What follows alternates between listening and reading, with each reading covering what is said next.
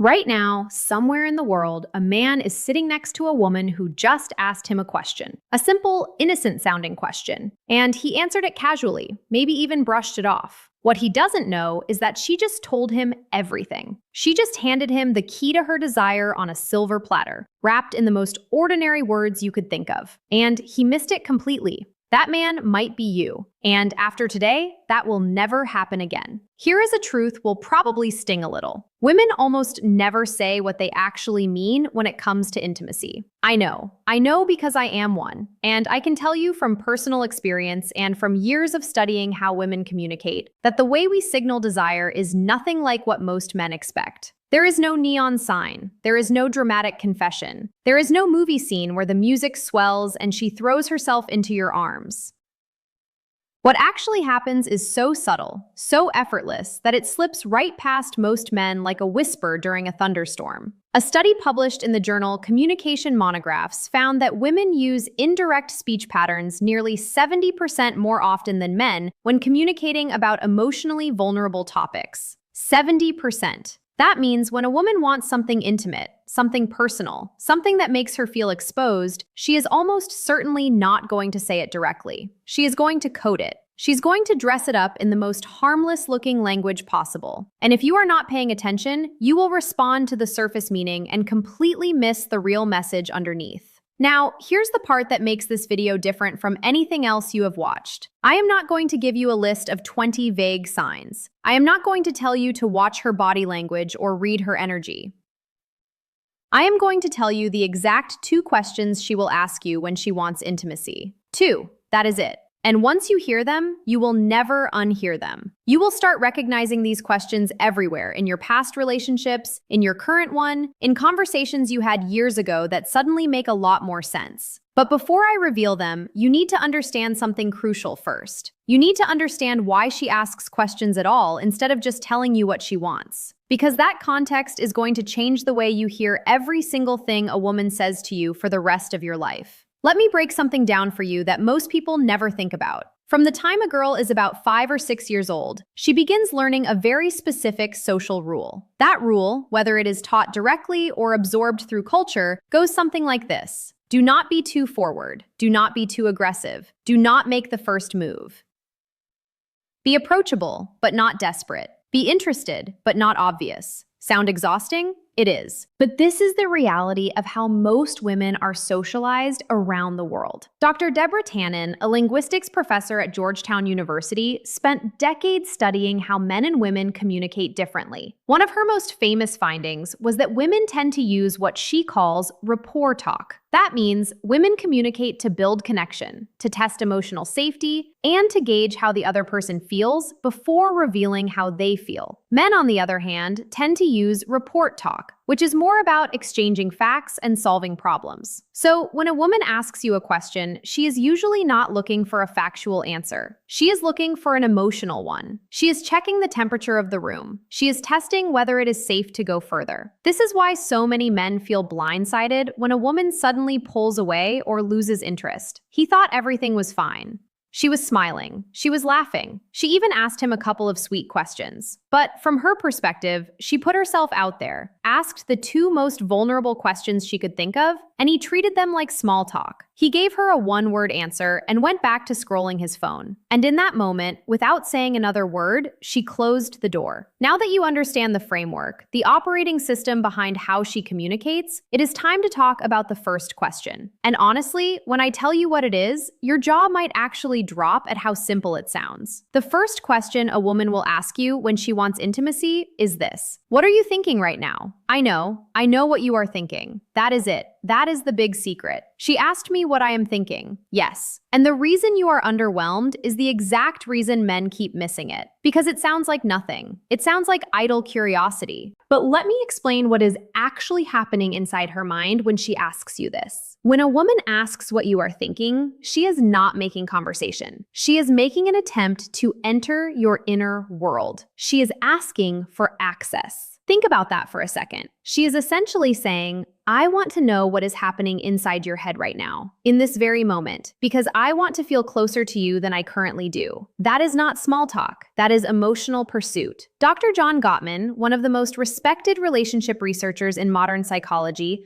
calls these moments emotional bids. An emotional bid is any attempt one person makes to connect with another person. It could be a touch, a look, a comment, or yes, a question. Gottman's research at the University of Washington found that couples who recognized and responded to each other's emotional bids stayed together at a rate of 86%. Couples who missed or dismissed those bids, they broke up at a rate of 69%. 86 versus 69. That gap is not small. That gap is the difference between a relationship that lasts and one that quietly dies in a living room while both people wonder what went wrong. So when she asks you, what are you thinking right now? She is making a bid. She is reaching for you. And how you respond determines everything that happens next. If you say nothing or I don't know or something dismissive, she receives that as a rejection. Not a dramatic door-slamming rejection, a quiet one. The kind that builds up over time like sediment until one day the river does not flow anymore. But here's the part that connects directly to intimacy. For most women, emotional closeness is the prerequisite for physical closeness. This is not a stereotype. This is neuroscience. Research published in the Archives of Sexual Behavior found that women's sexual desire is significantly more responsive to emotional context than men's. Meaning, a woman's body does not just respond to physical attraction. It responds to emotional safety, to feeling seen, to feeling valued, to feeling like her inner world matters to the person she is with. And when she asks what you are thinking, she is checking all of those boxes at once. She is saying, do you trust me enough to be vulnerable? Are you present with me right now? Do you see this moment the way I see it? And if your answer tells her yes, something shifts. Not visibly, not dramatically, but internally, a wall comes down. A door opens. She moves one giant step closer to wanting you, not just emotionally, but physically. So the next time a woman looks at you and asks, what are you thinking right now? Do not shrug, do not dodge, do not make a joke to deflect. Look at her. Be honest. Even if what you are thinking about is silly or random. Because what she is really asking is not about the content of your thoughts. She is asking if you will let her in. But this is only the first half of the puzzle. Because even after she asked this question and you respond well, she has one more question she needs to ask before she fully opens up. And this second question, this one is even sneakier than the first. Because it does not sound romantic, it does not sound emotional. It sounds like the most casual, throwaway line in the history of human conversation. And that is exactly why almost every man on earth gets it wrong. The second question she will ask you when she wants intimacy is this: are you tired? Go ahead, laugh. Roll your eyes, think it is too simple. But I promise you, by the time I finish explaining this, you are going to replay at least 3 memories in your head where a woman asked you this exact question and you completely blew it. Are you tired?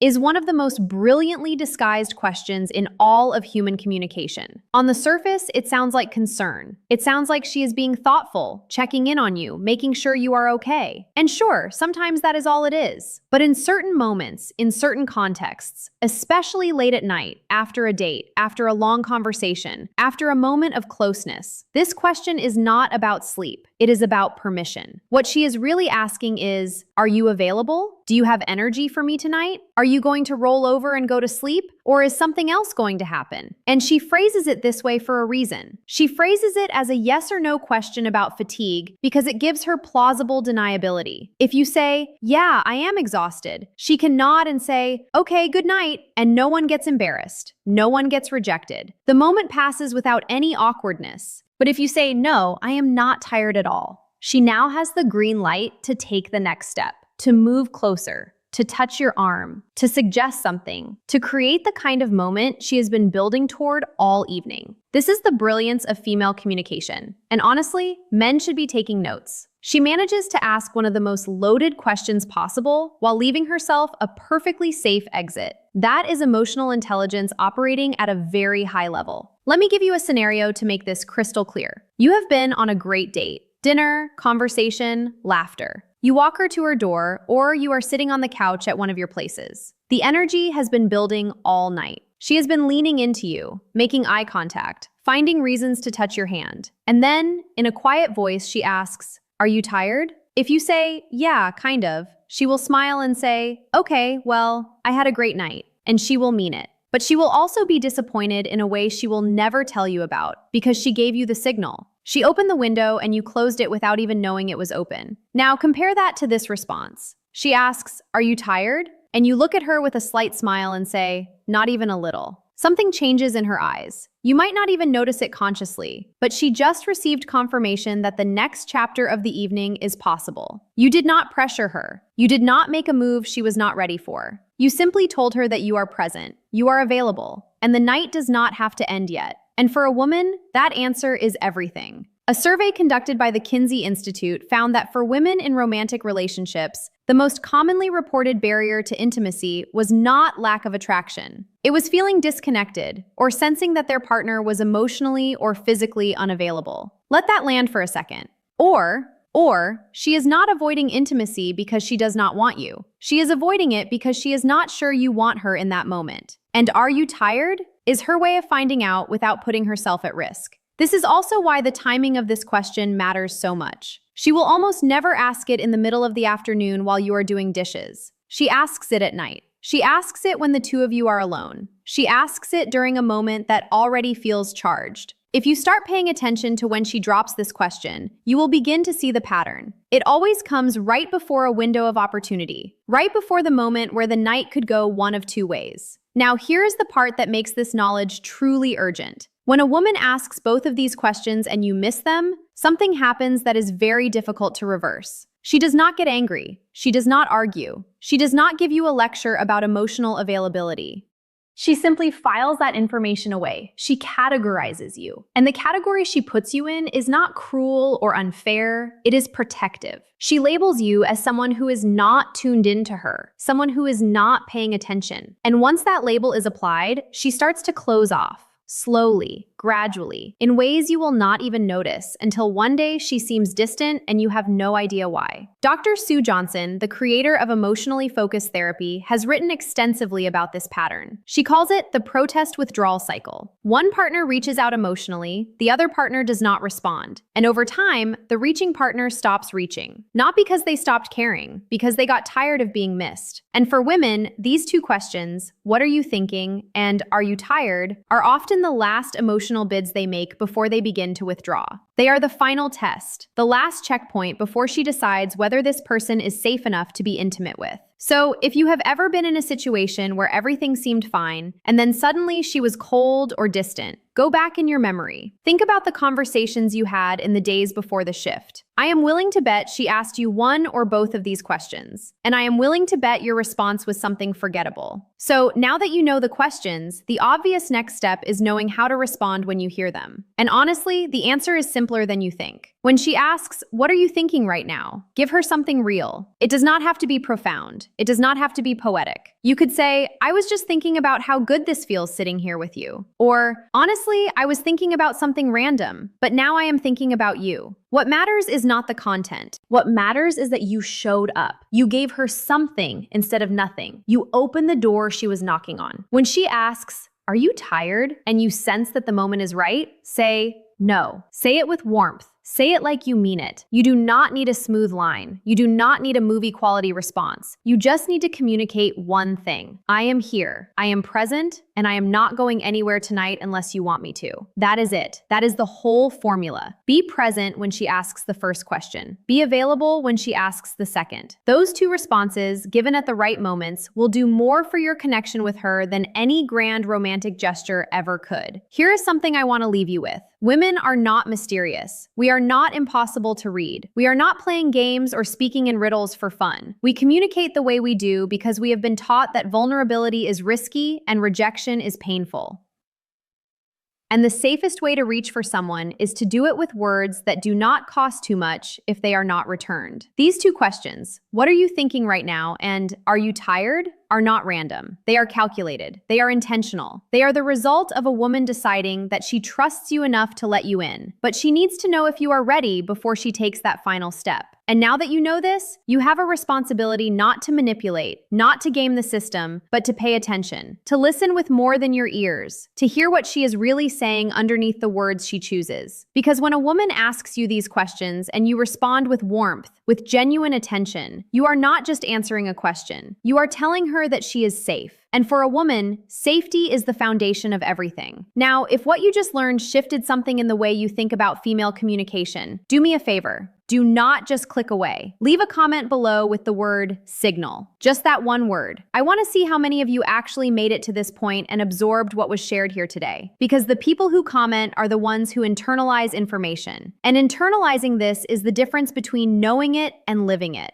And one more thing before you go. You now know the 2 questions she asks when she wants intimacy. But questions are only one part of the equation. The other part, her body. Specifically, there are 3 places on her body that if she allows you to touch, are a dead giveaway that she wants you. Not maybe, not kind of, she wants you. And most men have no clue what those 3 places are, which means they are constantly second-guessing themselves when the answer is literally right in front of them. I made an entire video breaking this down called, "If She Lets You Touch These 3 Places, She Wants You." It is on your screen right now.